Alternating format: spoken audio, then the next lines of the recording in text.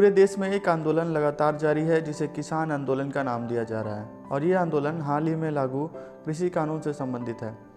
हर एक प्रतिनिधि अपने फायदे को ध्यान में रखते हुए इस कानून की अलग अलग परिभाषा बता रहा है, लेकिन वास्तविकता क्या है? आखिर क्या है इस कानून में? क्या ये कानून किसानों के हित में है? क्या मंडियाँ वास्तव में बंद हो जाएंगी? क्या अब किसानों को कोर्ट जाने का अधिकार नहीं होगा? यह आंदोलन किस हद तक सही है? आखिर इस कानून के पीछे सरकार की मंशा क्या है? क्या यह कानून सरकार को वापस ले लेना चाहिए या इसमें संशोधन करना ही पर्याप्त होगा? बने रहें हमारे साथ, हम आपके इस कानून से संबंधित सभी भ्रम को तथ्यों के आधार पर दूर कर देंगे। नमस्कार, मैं हूं आपका दोस्त और आप देख रहे हैं द लीगल साइड। आगे बढ़ने से पहले मैं ये स्पष्ट कर देना चाहता हूं कि मैं किसानों के साथ खड़ा हूं, लेकिन जो लोग किसानों के इस आंदोलन का गलत फ़ायदा उठाने की कोशिश कर रहे हैं और उनके शांतिप्रिय आंदोलन को बिगाड़ने की कोशिश कर रहे हैं, उनके सख्त खिलाफ हूँ। माननीय सुप्रीम कोर्ट ने भी कहा है कि किसी भी व्यक्ति को अपनी मांगों के लिए शांतिपूर्ण तरीके से प्रदर्शन करने का अधिकार है, लेकिन यह प्रदर्शन ऐसा बिल्कुल नहीं होना चाहिए जिससे किसी दूसरे व्यक्ति के अधिकार का हनन हो। तो चलिए शुरू करते हैं। आज़ादी के बाद किसानों की आर्थिक स्थिति को सुधारने और उनको शोषण से बचाने के लिए सरकार द्वारा APMC एक्ट लागू किया गया, जिसके तहत राज्य सरकार द्वारा बाजार समितियों का गठन करके किसानों की उपज को खरीदने और उसको व्यापारियों को बेचने का एक माध्यम बनाया गया। इस अधिनियम के अनुसार कोई भी किसान अपनी फसल को डायरेक्ट किसी व्यापारी को नहीं बेच सकता था और न ही कोई व्यापारी किसान की उपज को डायरेक्ट खरीद सकता था।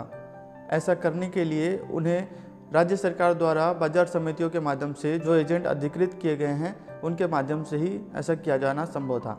लेकिन इस कानून के लागू होने के बाद इसकी काफ़ी सारी कमियों के बारे में पता चला।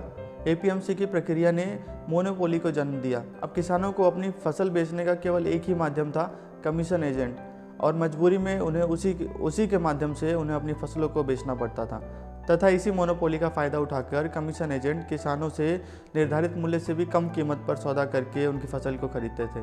कमीशन एजेंट बेचने के वक्त भी व्यापारी तथा थोक विक्रेताओं को अधिक से अधिक मूल्य चार्ज करके उनको माल बेचते थे, क्योंकि व्यापारियों के पास भी कोई दूसरा माध्यम नहीं था जिसके तहत वो उपज को प्राप्त कर सके और उपभोक्ता तक पहुंचाने के लिए उसको प्रोसेसिंग कर सके।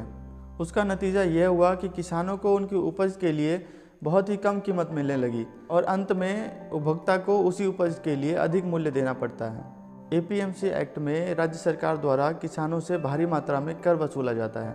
उदाहरण के तौर पर हरियाणा और पंजाब राज्य में APMC एक्ट के तहत किसानों से मार्केट फीस, कमीशन और अन्य कृषि डेवलपमेंट चार्जेस के नाम पर लगभग 9% का कर वसूला जाता है। एजेंटों द्वारा किसानों की उपज को खरीदने के बाद उनको भुगतान करने में काफ़ी विलम्ब किया जाता है, जिसके लिए भी इस कानून में कोई स्पेशल प्रावधान नहीं किया गया है और ऐसा लंबे समय से चलता आ रहा है। APMC की कमियों को ध्यान में रखते हुए सरकार ने नए कानूनों को लागू किया, जिनमें the farmers produce trade and commerce act 2020, farmers empowerment and protection agreement on price assurance and farm services act 2020 और तीसरा है the essential commodity amendment act 2020। यहाँ पर आपको यह जानना अति आवश्यक है कि नए कानूनों के लागू होने के बाद भी APMC एक्ट पहले की तरह ही प्रभावी रहेगा। इसमें किसी भी प्रकार का कोई परिवर्तन नहीं किया गया है। इस अधिनियम के तहत किसी भी किसान, व्यापारी और इलेक्ट्रॉनिक व्यापारिक प्लेटफॉर्म को अपनी उपज को अपने ही राज्य के अंदर कहीं भी अथवा राज्य से बाहर किसी भी अन्य दूसरे राज्य में व्यवसाय करने की आज़ादी होगी, जिसके लिए केवल पैन नंबर होना ही पर्याप्त है। उपज के लेन देन होने पर व्यापारी द्वारा किसान को उसी दिन भुगतान करने का प्रावधान किया गया है। यदि किसी वजह से भुगतान में देरी होती है तो अगले 3 कार्य दिवस के भीतर ही उस किसान को भुगतान किया जाना अनिवार्य है। इस अधिनियम के तहत इंटरस्टेट और इंट्रास्टेट व्यापार को सरल बनाने के लिए इलेक्ट्रॉनिक व्यापार प्लेटफॉर्म की व्यवस्था की जाएगी, जिसका प्रावधान भी इस अधिनियम के तहत किया गया है। इस अधिनियम में यह भी स्पष्ट किया गया है कि राज्य सरकार द्वारा किसी भी किसान व्यापार अथवा इलेक्ट्रॉनिक व्यापार प्लेटफॉर्म पे किसी भी प्रकार का कोई भी कर नहीं लिया जाएगा। इसमें पक्षकारों के विवाद समाधान का भी प्रावधान किया गया है। यदि किसान अथवा व्यापारी में किसी बात को लेकर विवाद होता है तो वह अपने विवाद के निपटारे के लिए SDM के पास जा सकता है, लिखित शिकायत कर सकता है, जिस पे कंसर्न SDM संज्ञान लेते हुए कंसिलेशन बोर्ड बनाएगा और उस कंसिलेशन बोर्ड के माध्यम से उस विवाद का निपटारा 30 दिन के अंदर करवाएगा। विवाद का निपटारा होने के बाद जो भी फाइनल डिसीजन लिया जाएगा उस पर दोनों ही पक्षकार के साइन होंगे और वह दोनों ही पक्षकार पर बाध्यकारी होंगे। इस अधिनियम से संबंधित विवादों को सिविल कोर्ट से बाहर रखा गया है, यानी सिविल कोर्ट को इस अधिनियम से संबंधित किसी भी विवाद को देखने का, ट्रायल करने का अधिकार नहीं होगा। अब बात करते हैं दूसरे कानून जिसमें कॉन्ट्रैक्ट फार्मिंग के बारे में प्रावधान किए गए हैं। यह कानून राष्ट्रीय स्तर पर किसानों को कृषि व्यवसायों तथा फर्मों से जुड़ने का अवसर प्रदान करता है। इस अधिनियम के तहत किसान किसी भी खेती के संबंध में एक लिखित कृषि समझौता कर सकता है, जिसमें नियम और शर्तें जैसे आपूर्ति, गुणवत्ता, ग्रेड, मानक, मूल्य तथा कृषि सेवाओं की आपूर्ति से संबंधित शर्तें लिखी जाएंगी। कृषि समझौते की मिनिमम अवधि 1 साल के लिए होगी अथवा मैक्सिमम ये 5 साल तक के लिए भी हो सकती है। वो डिपेंड करता है कि फसल टू फसल, अगर कोई उपज उगने में और तैयार होने में अगर ज़्यादा समय लगता है तो 5 वर्ष या उससे अधिक समय का भी किया जा सकता है। खेती की उपज के लिए कीमत निर्धारण भी इस समझौते के तहत किया जा सकता है, जिसमें गारंटेड मूल्य जो मिनिमम वैल्यू देनी है किसान को व्यापारी द्वारा वो, और उसके साथ भी प्रोडक्ट की उत्पाद की यदि क्वालिटी ग्रेड अच्छा होता है तो उस कंडीशन में भी मिनिमम क्वांटिटी, मिनिमम वैल्यू से ऊपर भी यदि प्रीमियम या बोनस किसान को दिया जाना है तो उसका भी उल्लेख इस समझौते में किया जा सकता है। इसमें प्रायोजक द्वारा जिस दिन उपज को प्राप्त किया जाता है उसी दिन किसान को उसका भुगतान करना पड़ेगा। यदि वह सेम डे उसका भुगतान नहीं कर पाता है तो with in next 3 working days में उसको पेमेंट करना होगा। और इस बारे में राज्य सरकार भी को यह अधिकार होगा कि वह ऐसा नियम बना सकती है कि किसानों को भुगतान किस तरीके से किया जाए और किस समय अवधि के भीतर किया जाए, ऐसा प्रावधान राज्य सरकार भी कर सकती है। कॉन्ट्रैक्ट फार्मिंग में कोई भी क्लॉज ऐसा नहीं होना चाहिए जिससे किसान के स्वामित्व का हस्तांतरण होता है या फिर उसके ज़मीन को पट्टे पे लिया जाता है या फिर उस पर कोई स्थायी या अस्थायी कोई स्ट्रक्चर तैयार किया जाता है। ऐसा कोई भी प्रावधान अगर उस कॉन्ट्रैक्ट के थ्रू किया गया है तो वो वैलिड नहीं होगा, अमान्य होगा। और यदि कोई अस्थायी या स्थायी कोई स्ट्रक्चर उसकी ज़मीन पर तैयार किया गया है जो किसान की सहमति से किया गया है, वह कॉन्ट्रैक्ट को ख़त्म होने के बाद प्रायोजक द्वारा उसको हटाना अनिवार्य होगा, अदरवाइज उसके खिलाफ कार्रवाई हो सकती है। कुल मिलाकर किसानों की ज़मीन को किसी प्रकार से बंधक, पट्टे पे या फिर हस्तांतरण अथवा उसको बिक्री करना या फिर उस पर कब्जा करना किसी भी तरीके से संभव नहीं हो पाएगा। इस अधिनियम में भी संबंधित विवाद के निपटारे के लिए सुलह बोर्ड की स्थापना की गई है, जिसमें एसडीएम और उसके बाद डीएम के पास कंप्लेन करने का और विवाद को निपटारे का प्रावधान किया गया है, जिसकी समय सीमा भी निर्धारित की गई है। इस अधिनियम में सेक्शन 15 बहुत इंपॉर्टेंट है। इसमें साफ यह लिखा हुआ है कि यदि किसी आदेश में किसानों से बकाया वसूली करने का आदेश दे दिया गया है तो वह वसूली करने के लिए उन किसानों के ज़मीन के खिलाफ कोई भी कार्रवाई नहीं की जा सकती। और अब बात करते हैं एसेंशियल कमोडिटी एक्ट में किए गए बदलाव के बारे में। इस बदलाव के तहत उपज को भंडारण करने को कानूनी मान्यता दी गई है। यह भंडारण केवल तभी नहीं किया जा सकता जब युद्ध की स्थिति हो, कोई आपातकाल हो, कोई प्राकृतिक आपदा हो अथवा अकाल की स्थिति हो। और ऐसा इसलिए किया गया है क्योंकि अगर यहाँ से भंडारण को मान्यता नहीं दी गई होती तो इससे पहले जो 2 कानूनों के बारे में हमने बताया उसे लागू करना संभव नहीं था। आपने अभी तक तीनों कानूनों को विस्तार से समझा और अब जानते हैं किसानों के मांगों को और सरकार द्वारा दिए गए विकल्प के बारे में, जिसमें किसान पक्ष का मानना है कि एमएसपी की व्यवस्था नए कानून में नहीं की गई है और एमएसपी को समाप्त कर दिया गया है, जबकि ऐसा बिल्कुल भी नहीं है। एपीएमसी एक्ट में एमएसपी को पहले की तरह ही लागू रखा जाएगा, उसे बंद नहीं किया जा सकता।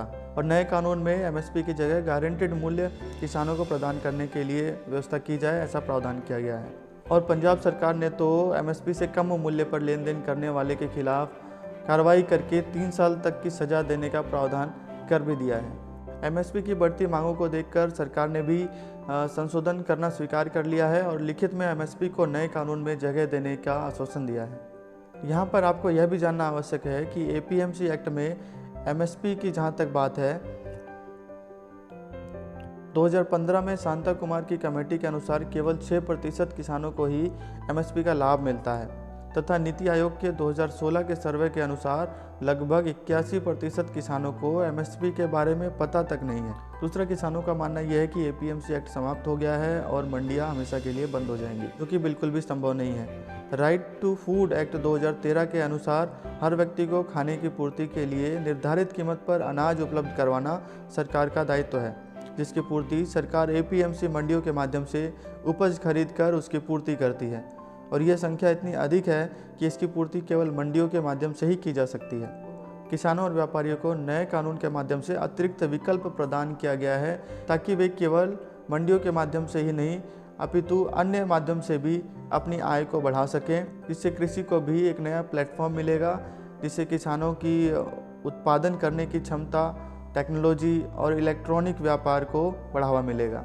किसानों की तीसरी मांग यह है कि उन्हें इस अधिनियम से संबंधित विवाद के निपटारे के लिए सिविल कोर्ट में जाने की अनुमति प्रदान की जाए। साथ ही किसानों का यह भी मानना है कि जो विवाद को निपटारे के लिए जो प्रावधान इस अधिनियम के तहत किए गए हैं वह सही नहीं है, क्योंकि जो एसडीएम और डीएम लेवल के जो ऑफिसर्स हैं वह सरकार के ही नुमाइंदे हैं और जो भ्रष्टाचार में लिप्त होकर गलत निर्णय दे सकते हैं। जबकि सरकार की मंशा यह थी कि सिविल कोर्ट की प्रक्रिया लंबी, खर्चीली अथवा ज़्यादा समय लेने वाली होती है और किसानों को कम समय में न्याय दिलवाने के लिए यह व्यवस्था बनाई गई। इस विषय में मेरा भी यही मानना है कि किसानों को इस अधिनियम से संबंधित विवादों के निपटारे के लिए सिविल कोर्ट में जाने का अधिकार दिया जाना चाहिए। साथ ही जो लंबी प्रक्रिया और खर्चीली पद्धति है उससे निपटने के लिए सरकार को इस अधिनियम से संबंधित फास्ट ट्रैक कोर्ट का भी निर्माण किया जाना चाहिए ताकि किसानों को जल्दी और निष्पक्ष न्याय मिल सके। चौथा प्रश्न यह है कि एसेंशियल कमोडिटी में बदलाव करने से कालाबाजारी को बढ़ावा मिलेगा, लेकिन जैसा कि हम पहले ही बता चुके हैं कि अगर आवश्यक वस्तु अधिनियम में बदलाव नहीं किया जाता तो नए कृषि कानूनों के प्रावधानों को लागू करना संभव नहीं हो पाता। जहां तक कालाबाजारी की बात है, सरकार को उसे नियंत्रित करने के लिए अतिरिक्त प्रावधान करने की ज़रूरत है। किसान कहते हैं कि उनकी ज़मीनों पर व्यापारियों तथा विदेशी कंपनियों द्वारा कब्जा कर लिया जाएगा और उनकी ज़मीन उनके हाथ से चली जाएगी। जबकि कॉन्ट्रैक्ट फार्मिंग एक्ट के सेक्शन 8 में बहुत ही साफ लिखा हुआ है कि किसान के ज़मीन का मालिकाना हक किसान का ही होगा। अगर किसी ने धोखे से ऐसा कुछ प्रावधान कॉन्ट्रैक्ट के थ्रू कर लिया है जिससे किसानों की ज़मीन को कब्जा करने की कोशिश की जा सकती है तो वह किसी भी परिस्थिति में मान्य नहीं होगा। किसान और आंदोलनकारी इन तीनों कानूनों को वापस लेने की मांग कर रहे हैं, जबकि हमारे विचार से इतने लंबे समय के बाद कृषि कानून में अहम बदलाव किए गए हैं जिसे समय के साथ और भी सुदृढ़ किया जाएगा। कोई भी नया कानून लागू होने के बाद उसमें समय के साथ पता चलने वाली कमियों को सुधार किया जाता है, वही यहाँ भी होना चाहिए। इसमें समय के साथ किसानों को हित को देखते हुए उपयुक्त बदलाव किए जाएंगे और जो सही भी है। आपका समय देने के लिए बहुत बहुत धन्यवाद। जय हिंद।